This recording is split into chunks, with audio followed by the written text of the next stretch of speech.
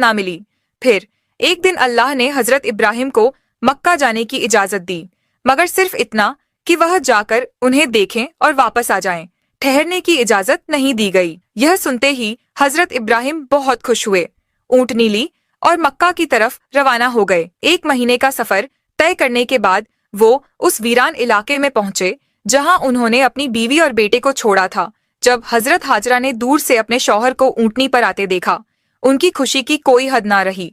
दौड़ कर कहा, आप जल्दी से अंदर आइए। मगर हजरत इब्राहिम ने फरमाया, मुझे सिर्फ खड़े होकर मिलने की इजाजत है, ऊँटनी से उतरने की नहीं। यह सुनकर बीवी हाजरा का दिल टुकड़े टुकड़े हो गया, मगर फिर भी खुद को संभाला। दिल में कहा, मैं अपने अल्लाह के लिए हर तकलीफ पर सब्र करूंगी। उस वक्त बीबी हाजरा की गोद में उनका 1 साल का दूध पीता बच्चा था। हजरत इब्राहिम ने फरमाया, अपना बेटा मुझे दे दो। बीवी हाजरा ने फौरन बच्चा पकड़ा दिया। हजरत इब्राहिम ने अपने बेटे इस्माइल को गोद में लिया, मोहब्बत भरी हसरत भरी निगाहों से उसे देखा। उस वक्त उनकी उम्र 87 साल थी। 40 साल की दुआओं के बाद यह बच्चा नसीब हुआ था, मगर मिला भी तो जुदा होना पड़ा। अब इजाजत मिली है तो सिर्फ साल में 1 बार, और वह भी कुछ लम्हों के लिए। फिर हुक्म आया, ए इब्राहिम, वापस फिलिस्तीन चले जाओ। अपनी बीवी और बेटे को इसी वीराने में अल्लाह के सुपुर्द कर दो, वही उनका हाफिज है। खुद सोचिए, जब हजरत इब्राहिम जाने लगे तो बीवी हाजरा की क्या हालत हुई होगी। पूरा साल शौहर का इंतजार किया, और जब मिले भी तो ना बैठे ना रुके, बस खड़े खड़े मिले और चले गए। अगर ना आते तो शायद सब्र आ जाता, मगर अब यादें फिर से ताजा हो गईं। दिल में आग लग गई और आंखों से आंसू बहने लगे। वह खड़ी थी, उस वीरान वादी में अपने शौहर को जाते हुए देख रही थी।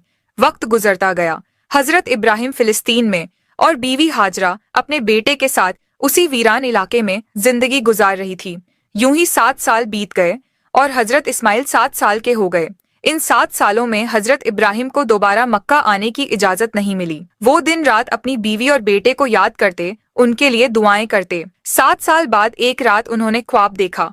कोई कह रहा था, ए इब्राहिम, अपनी सबसे कीमती चीज अल्लाह के लिए कुर्बान कर दो। यह सुनकर वो घबरा कर उठे। अगली सुबह उन्होंने 100 बकरियां अल्लाह की खातिर कुर्बान कर दी। मगर दूसरी रात फिर वही ख्वाब आया, ए इब्राहिम, अपनी सबसे कीमती चीज अल्लाह के लिए कुर्बान कर दो।